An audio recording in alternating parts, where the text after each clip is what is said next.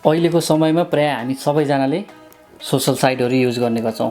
अब most popular social साइटहरूमा अब हामीलाई थाहा नै छ, फेसबुक भयो, इन्स्टाग्राम भयो, ट्विटर भयो। हामीले यी कुनै पनि सोशल साइटहरू युज गर्नको लागि फर्स्टमा हामीले हाम्रो पर्सनल इन्फर्मेसन राखेर एकाउन्ट क्रिएट गर्छौँ, अनि मात्र हामीले यो सोशल साइटहरू चलाउन पाउँछौँ।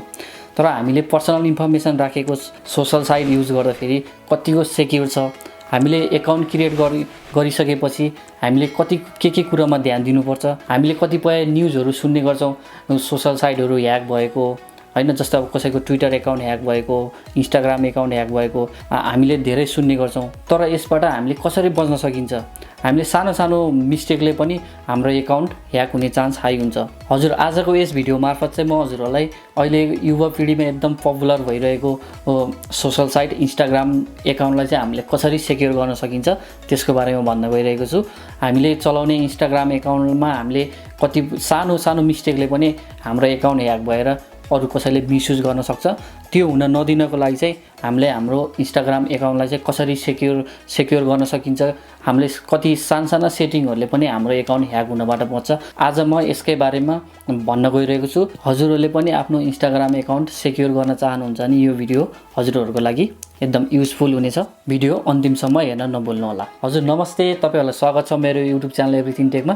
भिडियो सुरु गर्नुभन्दा पहिला यदि तपाईँ मेरो युट्युब च्यानल एभ्रिथिङ टेकमा नयाँ हुनुहुन्छ भने प्लिज मेरो युट्युब च्यानललाई सब्सक्राइब गर्न नभुल्नु होला र आगामी दिनहरूमा आउने यस्तै नयाँ अपडेटहरूको लागि नजिकमा भएको बेल आइकन पनि प्रेस गर्न नभुल्नु होला।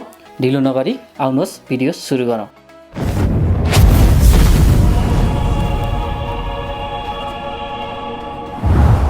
हजुर, अब हामीले हाम्रो इन्स्टाग्राम एकाउन्ट सेक्युर गर्नको लागि चाहिँ के गर्नुपर्छ, कस्तो सेटिङ गर्नुपर्छ म हजुरहरूलाई मेरो मोबाइलको स्क्रिनतर्फ लैजान्छु। फर्स्टमा म अब आफ्नो इन्स्टाग्राम एकाउन्ट खोल्छु, ओपन गर्छु।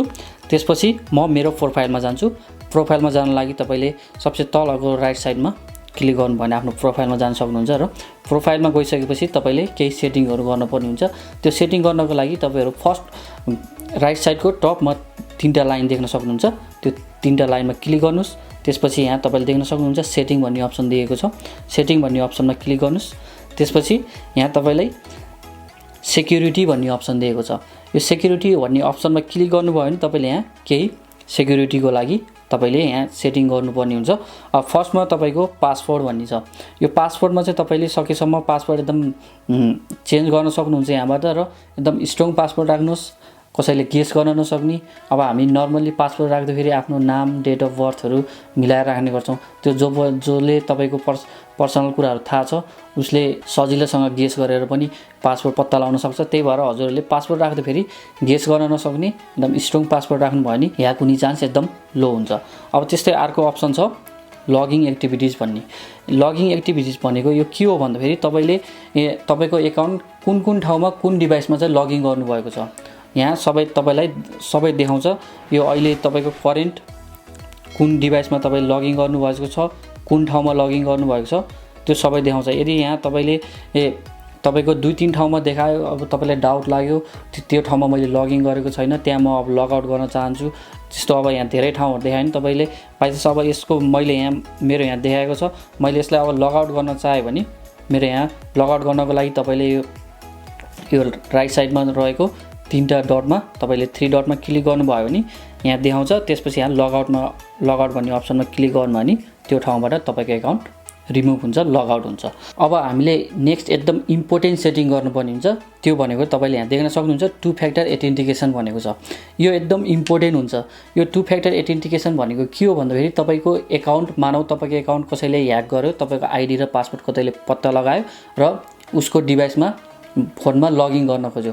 लगइन गर्दाखेरि के हुन्छ भने नयाँ डिभाइसमा लगइन गर्दाखेरि यो 2 फ्याक्टर एथेन्टिकेसन तपाईँले इनेबल गर्नुभयो भने तपाईँलाई लगइन गर्नुभन्दा पहिला लगइन गरिसकेपछि तपाईँलाई त्यहाँ एउटा कोड हाल्नुपर्ने हुन्छ। त्यो कोड हालेन भने कुनै पनि मान्छेले लगइन गर्न सक्दैन। त्यसको लागि तपाईँले यो इनेबल गर्नै पर्ने हुन्छ। तपाईँले आफ्नो फोन नम्बरबाट इनेबल गर्नुपर्ने हुन्छ। फोन नम्बर अथवा गुगल एथेन्टिकेसन एप्लिकेसन हुन्छ, त्यो एप्लिकेसन डाउनलोड गरेर त्यहाँबाट पनि गर्न सक्नुहुन्छ। त्यो अलि ज्याउ हुन्छ। तपाईँले फोन नम्बरबाट गर्नुभयो भने एकदम बेस्ट हुन्छ। तपाईँले त्यसको लागि तपाईँले फर्स्टमा 2 फ्याक्टर एथेन्टिकेसनमा क्लिक गर्नुहोस्। त्यसपछि यहाँ गेट स्टार्टेड भनेर देखाएको छ। त्यसपछि तपाईँले यहाँ 2टा अप्सन दिएको छ, यो एथेन्टिकेसन एप भनेको तपाईँले गुगल प्लेबाट अथवा एप स्टोरबाट एथेन्टिकेसन एप गुगल एथेन्टिकेसन भनेर तपाईँले टाइप गर्नुभयो भने त्यहाँबाट तपाईँले एप्लिकेसन डाउनलोड गर्न सक्नुहुन्छ र त्यसमा तपाईँले आफ्नो इन्स्टाग्राम एकाउन्ट लगइन गरेर त्यहाँबाट तपाईँले एथेन्टिकेसन कोड पाउन सक्नुहुन्छ। यो अलिकति झन्झट हुनसक्छ, तपाईँलाई बेस्ट भनेको टेक्स्ट म्यासेजमा गर्नुभयो भने तपाईँले आफ्नो फोन नम्बर राख्नुपर्ने हुन्छ र फोन नम्बर राखिसकेपछि तपाईँले तपाईँको एकाउन्ट जसले लगइन गर्न खोज्छ त्यो लगइन गर्न बेलामा त्यो कोड नहालिकन त्यो मान्छेले लगइन गर्न सक्दैन। त्यो कोड भनेको तपाईँको नम्बरमा मात्रै आउँछ।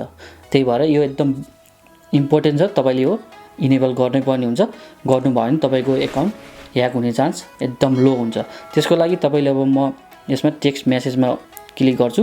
त्यसपछि यहाँ अब आउँछ म्यासेज आइसकेपछि चाहिँ यहाँ तपाईँले यसमा तपाईँले कोड हालिसकेपछि नेक्स्ट गरेपछि तपाईँले इनेबल गर्न सक्नुहुन्छ।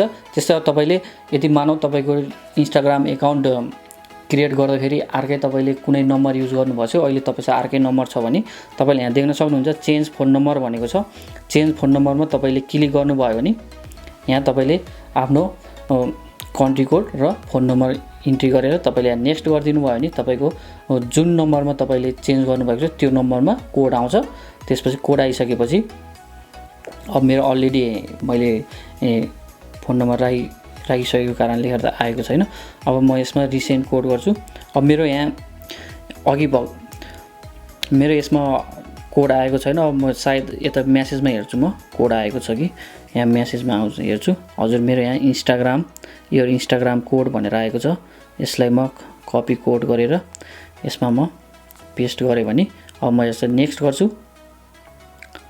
नेक्स्ट गरेपछि 2 फ्याक्टर एथेन्टिकेसन इज अन भनेको छ, तपाईँले देख्न सक्नुहुन्छ। मेरो अब यो अन भएको छ। यो अन भइसकेपछि अब कुनै पनि व्यक्तिले मेरो एकाउन्ट ह्याक गरेर लगइन गर्न खोज्छ भने मेरो म्यासेजमा कोड आउँछ। त्यो कोड इन्ट्री नगरिकन त्यो मान्छेले चाहिँ मेरो एकाउन्ट लगइन गर्न सक्दैन। हजुरहरूले पनि त्यसरी नै 2 फ्याक्टर एथेन्टिकेसन इनेबल गर्नुभयो भने तपाईँको एकाउन्ट धेरै सेक्योर हुन्छ। त्यसपछि तपाईँले अब यहाँ ब्याकअप कोड भनेर आउँछ। त्यसपछि तपाईँले नेक्स्ट गरेपछि यहाँ तपाईँको ब्याकअप कोड भनेर आउँछ। यो कोड भनेको तपाईँको अब तपाईँले अब कुनै फोन यहीँ माथि लेखेको छ, if you lose your phone or can not receive code text message भनेको छ। अब तपाईँले यदि तपाईँको फोन हरायो अथवा तपाईँको फोन नम्बर कुनै कारणवश केही भयो भने तपाईँको यो कोड ब्याकअप कोडको लागि यो कोड हाल्नुभयो भने तपाईँको फेरि नयाँबाट रिस्टार्ट गर्न सक्नुहुन्छ। त्यही भएर यो कोड चाहिँ तपाईँले स्क्रिनसट गरेर राख्न पनि सक्नुहुन्छ अथवा तपाईँले मेमो गरेर राख्न सक्नुहुन्छ। यो राख्नुभयो भने तपाईँलाई पछि कुनै ब्याकअपको लागि काम लाग्ने भएको कारणले गर्दा यो चाहिँ तपाईँले राख्नुभयो भने बेस्ट हुन्छ। स्क्रिनसट गरेर राख्नुभयो भने एकदम बेस्ट हुन्छ। अनि त्यसपछि यदि डन गरिदिनुहोस्, त्यसपछि तपाईँको यहाँ देखाउँछ टेक्स्ट म्यासेज भनेर। तपाईँले यहाँ टेक्स्ट म्यासेज यहाँ अन देखाएको छ मेरोमा। त्यसपछि यसलाई अन गरेर मैले यसलाई क्लिक गरेँ भने यहाँ अब तपाईँको फोन नम्बर अब तपाईँले यहाँ चेन्ज यो 2 फ्याक्टर भनेको छ। तपाईँले यदि तपाईँले 2 फ्याक्टर इनेबल गर्नुभयो त्यसपछि तपाईँले यसलाई अफ गर्न पनि सक्नुहुन्छ अथवा फोन नम्बर चेन्ज गर्न सक्नुहुन्छ। त्यसपछि फोन नम्बर चेन्ज गरिसकेपछि तपाईँको जुन फोन नम्बर राख्नुभएको छ त्यो फोन नम्बरमा कोड आउँछ। त्यो कोड आइसकेपछि तपाईँले त्यहाँबाट लगइन गर्न सक्नुहुन्छ। हजुर, हामीले मेन यो अहिले मैले भनेको मेन इन्स्टाग्राम एकाउन्टलाई सबैभन्दा बढी सेक्योर राख्ने भनेको 2 फ्याक्टर एथेन्टिकेसन हो। अरू भनेको तपाईँको अब अरू तपाईँको नर्मल छ, त्यस्तो अरू सेटिङ नगर्दा पनि हामीलाई इन्स्टाग्राम एकाउन्ट सेक्योर बनाउन लागि मेन चाहिने भनेको पासवर्ड एकदम तपाईँको हाई, एकदम कसैले गेस नगर्न सक्ने स्ट्रङ पासवर्ड राख्नुपर्ने हुन्छ। अर्को भनेको तपाईँले अब यहाँ लगइन एक्टिभिटिजमा चेक गर्न सक्नुहुन्छ तपाईँको कुन ठाउँमा लगइन भएको छ। त्यो यदि तपाईँलाई डाउट लागेको त्यो ठाउँबाट तपाईँले लगआउट गर्न सक्नुहुन्छ र 2 फ्याक्टर एथेन्टिकेसन इनेबल गर्नुभयो भने त्यसपछि तपाईँको एकाउन्ट बाइचान्स ह्याक भइहाल्यो भने कसैले लगइन गर्न सक्दैन। यसरी हामीले हाम्रो इन्स्टाग्राम एकाउन्ट चाहिँ सेक्योर गर्न सकिन्छ। हजुर, आजको भिडियो यति नै। तपाईँहरूलाई मेरो भिडियो कस्तो लाग्यो प्लिज कमेन्ट बक्समा कमेन्ट गर्न नभुल्नु होला। यदि तपाईँले आफ्नो टिकटक एकाउन्ट, फेसबुक एकाउन्ट कसरी सेक्योर राख्ने भनेर सोच्नु भएको छ भने मैले अलरेडी भिडियो बनाएको छु, त्यसको लिङ्क म डिस्क्रिप्सनमा दिन्छु। त्यहाँबाट पनि तपाईँले हेर्न सक्नुहुन्छ र आफ्नो सोसल साइट अझै स्ट्रङ बनाउन सक्नुहुन्छ भन्दै आजको भिडियोबाट बिदा हुन चाहन्छु। हस्त, नमस्ते, थ्याङ्क यू।